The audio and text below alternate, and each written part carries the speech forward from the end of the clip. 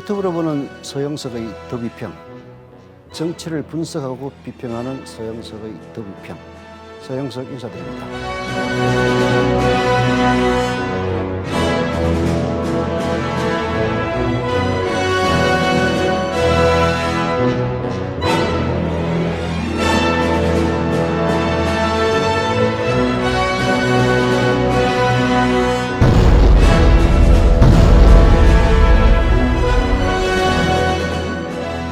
이번 방송은 지난 방송에 이은 후속편입니다.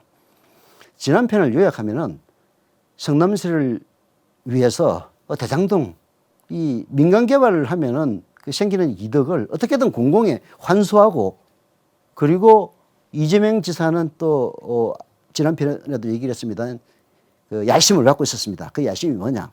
구시가지에 있는 일공단 지역을 공원으로 만들겠다는 야심입니다. 그게 지역의 수건 사업이었기도 했고요. 근데 그걸 사가지고 공원으로 만들려고 그랬더니 토지 한수 비용 합치면 그때 당시 2천억 들었다는 것 아닙니까?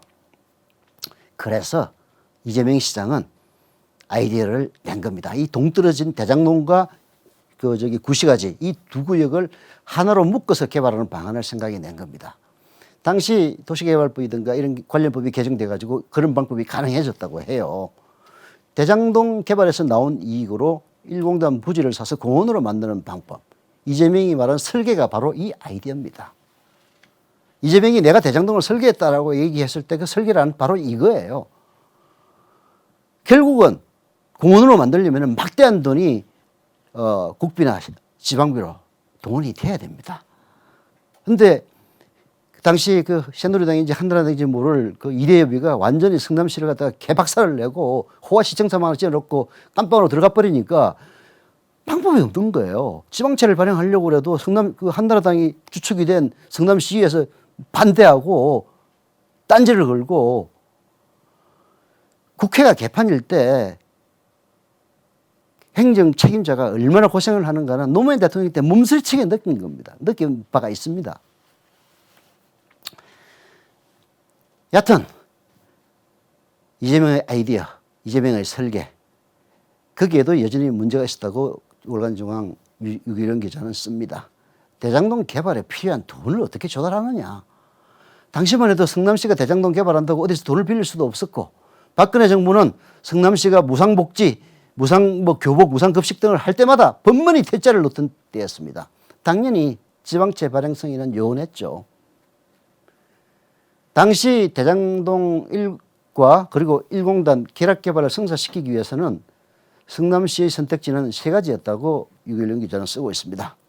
즉 끝까지 성남시 독자적으로 100% 공공개발을 추진하거나, 근데 이 경우에는 정부가 지방채 발행을 승인을 안 해주고 시의회가 힘을 안 실어주면 추진이 불가능합니다. 두 번째는 공공개발을 포기하고 100% 민간개발로 허용해주고 대신 협상을 통해 약간의 이익을 공공으로 환수하거나, 그동안 해왔던 대부분의 개발 방식이 그런 방식입니다. 문제될 거 없습니다. 공공인프라를 어느 정도 받는 걸로 만족을 하면요. 다만 1공단 공원화 사업은 덩치가 너무 커서 불가능했을 겁니다. 그리고 지금 문제가 되고 있는 민간 합동 방식으로 공익적 이익을 확보하고 민간의 이익도 어느 정도 인정해 주는 방법, 이 세 가지가 있었습니다. 사실 이재명 시장이 귀찮게 할 필요 없이 두 번째 방법 100% 민간 개발하고, 원래 이명박 정부부터 박근혜 정부까지 계속 그걸 추진했거든요. 그래서 어느 정도 그냥 환수하면은 지금 욕먹을 일이 없습니다. 그래서 제가 얘기합니다. 공무원 일 안 하면 욕 안 먹어요. 당시 시의회가 반대한 논리는 대체로 그때 2015년 부동산이 폭망한 이 시국에 성남시가 직접 아파트를 분양 사업을 하다가 미분양으로 손해를 보면 누가 책임질 거냐라는 것이 성남시의회가 반대했던 논리입니다. 부동산 침체의 최저점은 지났다고는 하지만 여전히 암흑의 터널을 빠져나오기 전이었거든요. 어찌 보면 모험이었습니다. 이재명은 손해 안 보기 위해서 공공이익분을 미리 확보하는 조건으로 추진하겠다고 했습니다. 말하자면 변동금리가 아닌 고정금리를 선택한 거죠. 우리가 돈 빌릴 때도 변동금리야 고정금리야, 앞으로 금리가 오를 것 같으면 고정금리를 하는 게 낫고, 그리고 금리가 내릴 것 같으면 변동금리를 하는 게 낫습니다. 그때는 손해볼 가능성이 매우 컸기 때문에 고정금리를 선택한 겁니다. 고정금리가 뭡니까? 금리가 더 내려가면은 손해보는 거지만 올라가면 이익인 겁니다. 결국은 리스크를 줄이기 위해서 이익도 줄인 겁니다. 로 리스크, 로 리턴이죠. 공공의 일은 하이 리스크, 하이 리턴을 할 수가 없어요. 망하면 누가 책임을 집니까? 예, 화천대유가 누구 겁니까? 라는 구호가 처음 등장했을 때만 해도 대장동 개발 이익이 이재명의 정치 자금으로 흘러 들어갔을 것이라는 의심이 컸습니다. 지금은 뭐 이미 아니라는 게 입증이 됐습니다만은 오죽하면 이재명 아들이 화천대유 다닌다라는 얘기가 기사에 등장할 정도였습니다. 이재명 아들이 아니고 곽상도 아들이었습니다. 그런데 어느 순간부터 은근슬쩍 프레임이 바뀌고 이재명이 알았으면은 나쁜 놈이고 몰랐으면은 무능한 놈이다라는 구호가 등장합니다. 즉 이랬건 저랬건 anyway, anyhow 어쨌든 이재명이 나쁜 놈이다 라는 식입니다. 만약 이재명이 대장동 개발을 민간이나 LH가 하도록 내버려 두고 약간의 이익만 시에 기속시켰다면 화천대유가 1조 원을 해먹든 2조 원을 해먹든 아무런 문제가 되지 않았을 겁니다.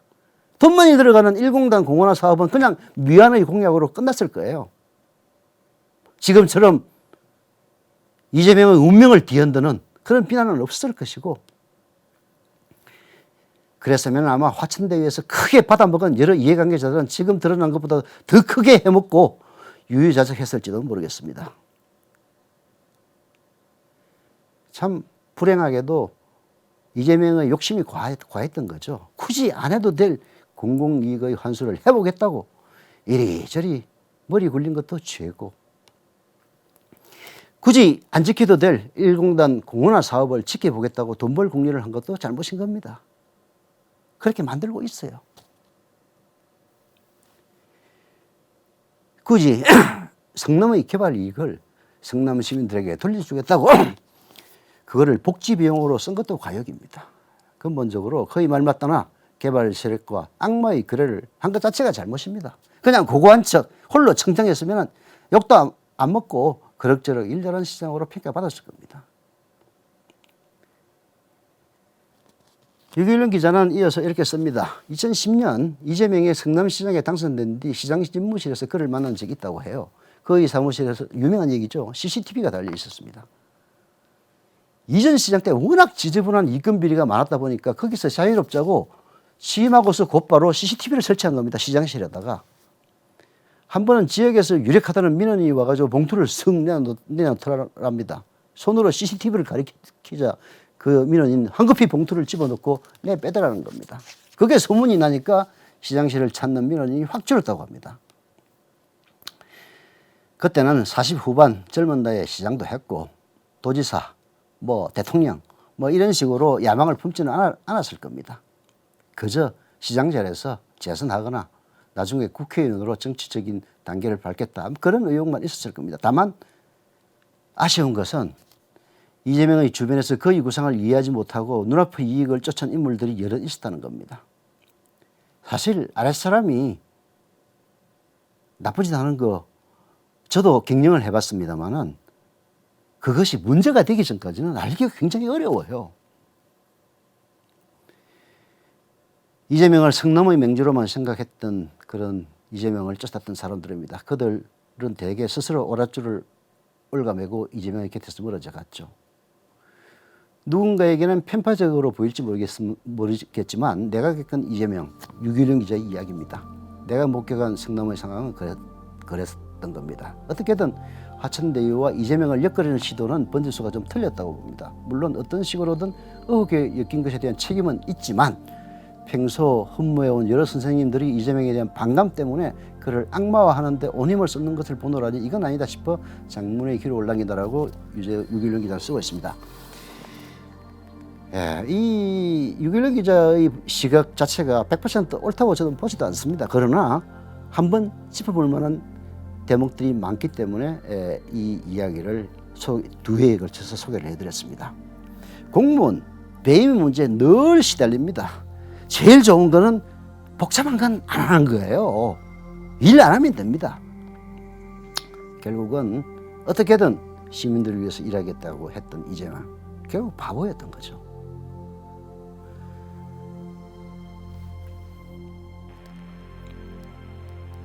제가 일생에 걸쳐서 처음 감동했던 노무현을 떠올리는 이유도 바로 여기 있습니다.